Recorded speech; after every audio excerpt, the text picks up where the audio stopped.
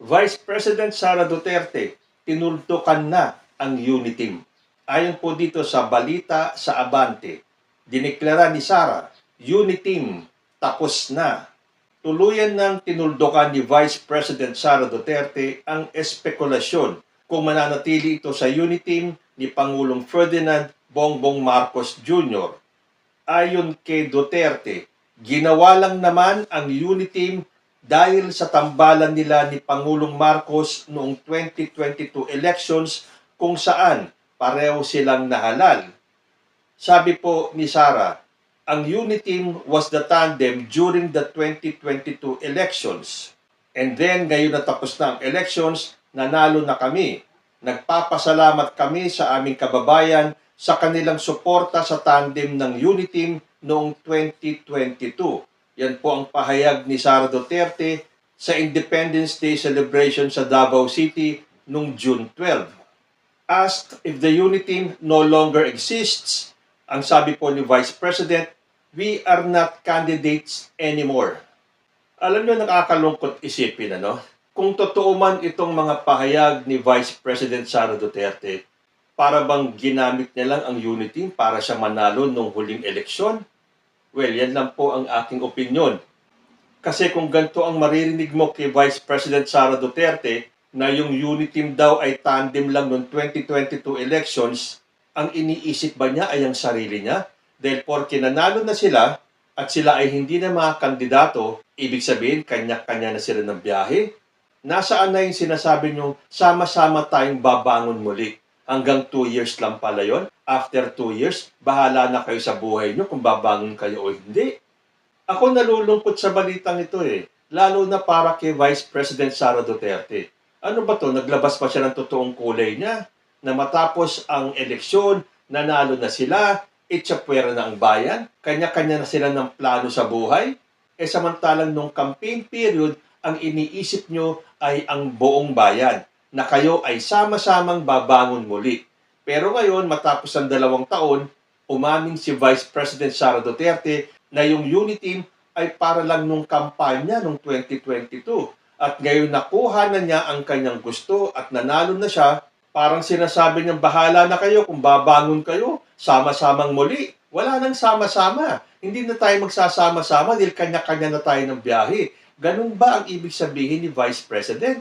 Hindi ba kayo nalulungkot na ginamit lang pala ni Sara Duterte ang UNITEAM para siya ay manalo? Pero hindi na ako nagulat sa balitang ito Dahil nung palang January of this year, meron na rin pong statement si Sara na tulad nito. Sabi po niya nung pagpasok pa lang ng taon na to, ang UNITEAM ay tandem namin nung pagtakbo namin ng President at Vice President nung election. Yun ang UNITEAM. Ngayon, kaming dalawa ay na-elect na as President at Vice President. Kami ay magtatrabaho para sa ating bansa. So, may inkling na rin na talagang kakalas at kakalas itong si Vice President Sara Duterte. At ito nga ay nangyari din June 12. Nung diretsahan niyang sinabi na ang UNITEAM ay pang-come on lang para lang makahikayat ng botante. Ngayon, pagkatapos ng 2 taon, babay na. Magsosolo na siya. Hindi na siya ka-UNITEAM. During this time, mga January din, kapag tinatanong si President Bongbong Marcos tungkol sa UNITEAM, sinasabi pa rin ni Bongbong Marcos na intact pa rin ang UNITEAM. Kahit na ang dami-dami ng mga naglalabasan ng mga issue, pero nandun pa rin ang kagustuhan ni President Bongbong Marcos na sama-sama nga tayong babangon muli. Gumaganda ang ating ekonomiya. Of course, siyempre, andyan yung mga bashers, sasabihin na wala naman silang nararamdaman, wala naman daw silang nakikitang pagbabago. Natural, bashers kayo Negative kayo Galit kayo kay Bongbong Marcos Siyempre, pag galit, pikit. Walang makikitang maganda. Lahat na lang ng gagawin at sasabihin ni President Bongbong Marcos para sa inyo ay waipek. Wala kayong nakikitang maganda. Dahil nga, ang nasa puso ninyo ay galit. You don't want to give peace a chance. Gusto nyo magulo lagi. Gusto nyo nag-aaway-away lagi. Ayaw nyo makakita ng konting pag-asenso. Dahil parang nangangati yung balat ninyo kapag nakakakita kayo ng pag-asenso ng bansa. Lalo na kapag ang asenso na yan ay galing kay President Bongbong Marcos. So ipapakalat nyo pa rin na walang nangyayari, na the worst president ever, at kung ano-ano pang negative. So bahala kayo dyan sa buhay ninyo. If that is what you think, so be it. Kanya-kanya po tayo ng opinion, kanya-kanya po tayo ng nararamdaman. Kung para sa inyo, yun, edi yun na yun. Pero para sa mas nakakaraming Pilipino, gumaganda po ang takbo natin. Lalo na po at tayo ay kagagaling lang sa pandemya. So going back dito sa statement ni Vice President Sara Duterte, dati ko nang sinasabi yan. Hindi ako nagkamali ng pakiramdam na ito ay planado. Dahil tingnan ninyo, nung palang nag-uumpisa ang kampanya, si then President Rodrigo Duterte nagpakalat na ng bali-balita na meron tayong presidentiable na nagko-cocaine. Well, obviously, referring to President Bongbong Marcos. Tapos sasabihin pa niya na weak leader si Bongbong Marcos. So, paano natin masasabi na may unity kung yung tatay nung katandem ni President Bongbong Marcos ay negative ang sinasabi sa ating presidente? So, doon palang red flag na para sa akin eh. Tapos, wala man lang pagtatanggol si Sara Duterte sa mga binibitawang salita ng kanyang ama. So, tuloy pa rin ang kampanya. Sama-sama tayong babangon muli. So, ito na nga, nanalo na sila. Pero hindi tumigil ang kampo ni then President Rodrigo Duterte sa paninira. Pansin ninyo, mula nung naupo si Bongbong Marcos, wala na silang sinabing maganda tungkol sa presidency ni Bongbong Marcos. Lahat na lang negative. Kesyo bangag ang ating presidente. Tapos babawiin ni Digong, sasabihin niya, hindi ko sinabi yan. Patayin nyo man ako ng 1,000 beses, hindi ko sinabi yan. And then pagkatapos niyan, babawi na naman siya. Ang presidente natin ay bangag. Paninira, babawi, paninira, babawi, paninira. Tapos sa lahat ng yan, may narinig ba tayong pagtatanggol mula kay Vice President? Wala. Tapos makikita natin, a-attend si Sara Duterte sa rally ng kanyang tatay kung saan minumura, iniinsulto, at kung ano-anong sinasabing negative sa ating presidente. At nandun siya, nakikipagtawanan kay Senator Amy Marcos. Yung mga yan, mga red flags yan eh. Pagdating sa issue ng WPS, no comment si Vice President. Pero pagdating kay Kibuloy, napakabilis niyang maglabas ng statement. Okay, granted na wala siyang pakialam dyan sa foreign policy ni Bongbong Marcos. Pero at least, maglabas ka man lang ng statement mo na nakikisimpatya ka doon sa mga tao natin, sa mga militar natin na wina-water cannon sa WPS. Pero wala eh. No comment pa rin siya. Pero nung dumating yung issue kay Kibuloy, doon pa lang sa Senate hearing, labas na ng statement si VP Sara. Kesyo dalhin daw sa proper forum, wag daw trial by publicity. Pero ngayon naman, na kinasuhan na, magtatago.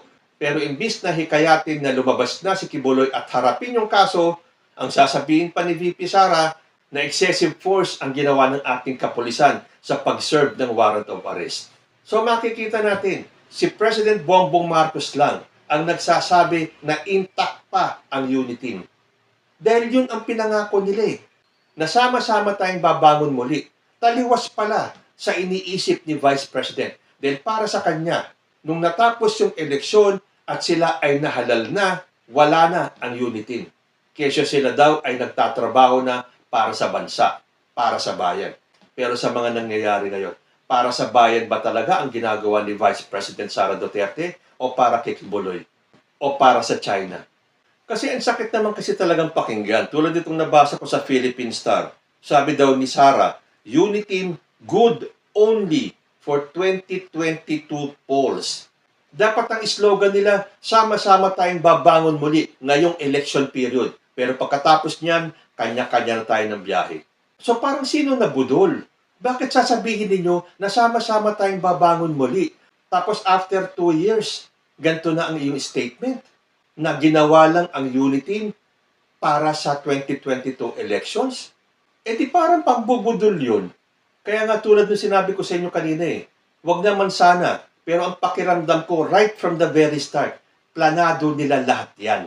Mula doon sa kampanya pa lang na sinisiraan na ni ex-President Duterte si Bongbong Marcos hanggang ngayon, dire-diretso yung mga issue kay President Bongbong Marcos. May polvoron video, may bangag issue, na hanggang ngayon, wala pa rin lumalabas na video at hindi pa rin napapatunayan yung bangag issue na yan.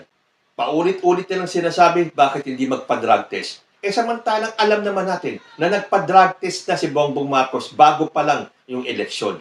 Pero ipagpipilitan pa rin nila na dapat ulit-ulitin yung drug test na yan. Pero kapag sa kanila mo binato na magpa-drug test sila, wala kang maririnig na sagot. So, plano yan. Hanggang ngayon, yung kanilang mga maisog rally, yung kanilang mga prayer rally, na halos wala ka namang marinig na prayer, na wala ka namang makuhang peace na message, kundi galit. Yung kanilang panawagan na mag-resign si Bongbong Marcos. Bakit? Para iupo si Vice President Sara Duterte? And yet, wala tayong narinig si Sara Duterte na kinokontra niya o sinasabihan niya itong mga kaalyado niya, huwag niyong gawin yan dahil hindi ako papayag na patalsikin niyo si President Bongbong Marcos na ako ay maghihintay hanggang 2028 dahil yun ang aking panahon. Hindi Pinababayaan niya na magpakalat itong kampo niya ng mga maling balita para magalit ang taong bayan, mag-alsa at patalsikin si President Bongbong sa kanyang pwesto. At sino ang papalit? Si Sara Duterte.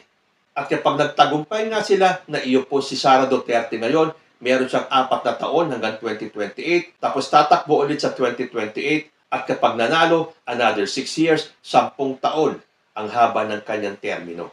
Pero alam nyo, maganda na rin yan na inilabas na talaga ang totoong kulay ni Sara Duterte. Natuldukan ang mga espekulasyon. So hindi na tayo magtataka, hindi na tayo magugulat na sa mga susunod na araw, linggo, buwan, makakarinig na tayo kay Sara Duterte ng pambabatikos sa gobyerno ni President Bongbong Marcos. Dahil ang kaganapan na yan ang kukumpleto sa plano nila na pabagsakin si President Bongbong Marcos at iupo si Sara Duterte. Isang pagpapatunay na talagang kumalas na si Sara Duterte sa Uniteam. Hindi po ba may bagong directive si President Bongbong Marcos na isama yung bagong Pilipinas hymn sa selebrasyon ng Independence Day na ginawa po nila President Bongbong Marcos dito sa Manila. Pero pagdating po sa Davao, ayon po dito sa balita, no bagong Pilipinas hymn in Davao City. This despite the encouragement by President Ferdinand Marcos Jr. to integrate the recital of the Bagong Pilipinas hymn and pledge in the conduct of weekly flag ceremonies during flag ceremonies in national and local government offices as well as educational institutions. Pero hindi po yung ginawa ni Sara Duterte sa Davao. Nung tinanong si Vice President for comments regarding the passage of the circular, as usual, Duterte smiled and said, no comment. So ito pa lang ay nagpapatunay na wala nang pakialam si Sara Duterte sa Uniteam. Narinig ko pa nga si President Bongbong Marcos a few days back na ipagpapatuloy pa rin niya at bubuuin muli ang Uniteam. Ano pa ang bubuuin? Kumalas na nga itong Vice President mo. So sana magising na sa katotohanan si President Bongbong Marcos. Wala na pong Uniteam President. Kumalas na po yung iyong katandem. At mabuti naman po, 2 years pa lang, nakita na natin ang totoong kulay ni Sara Duterte. Wala pong Uniteam right from the start. Dahil ang Uniteam pala ay ginawa lang para sa eleksyon ng 2022. At simula nung nanalo kayo para kay Sara Duterte, natapos ang Uniteam right after na maproklama kayo bilang presidente at vice president. Hindi ko po gawa-gawa itong statement na to. Narinig po natin doon sa nakapanood ng video ni Sara Duterte at nabasa natin sa balita na sinasabi ni Sara Duterte na ang Uniteam ay para lang nung eleksyon. So ibig sabihin, campaign strategy lang nila. Yung kanilang campaign slogan na sama-sama tayong babangon muli hanggang eleksyon lamang. Na nung natapos yung eleksyon at nanalo na sila, bahala na kayo sa buhay nyo kung babangon kayo o hindi. Well, kung tutuusin, nakakalungkot po talagang isipin na nagsimula sa magandang samahan si Bongbong Marcos at si Sara Duterte. Pero ngayong sinabi niya yan, na ang Uniteam ay para lang pala nung eleksyon 2022. At nung nanalo na sila, para kay Sara, dissolve na ang Uniteam. Ano ibig sabihin nito? Pinaplastic lang pala tayo ni Sara Duterte? So ano kaya ang mga susunod na hakbangin? Magre-resign na kaya si Sara Duterte bilang kalihim ng Department of Education? At ang bali-balita pamumunuan na ni Sara Duterte ang oposisyon para sa eleksyon 2025. So, mag-aabang po tayo sa mga susunod na kaganapan. So, bago po ako magtapos, meron po akong katanungan. Binoto nyo ba si Sara Duterte dahil kay Bongbong Marcos o binoto nyo si Bongbong Marcos dahil kay Sara Duterte?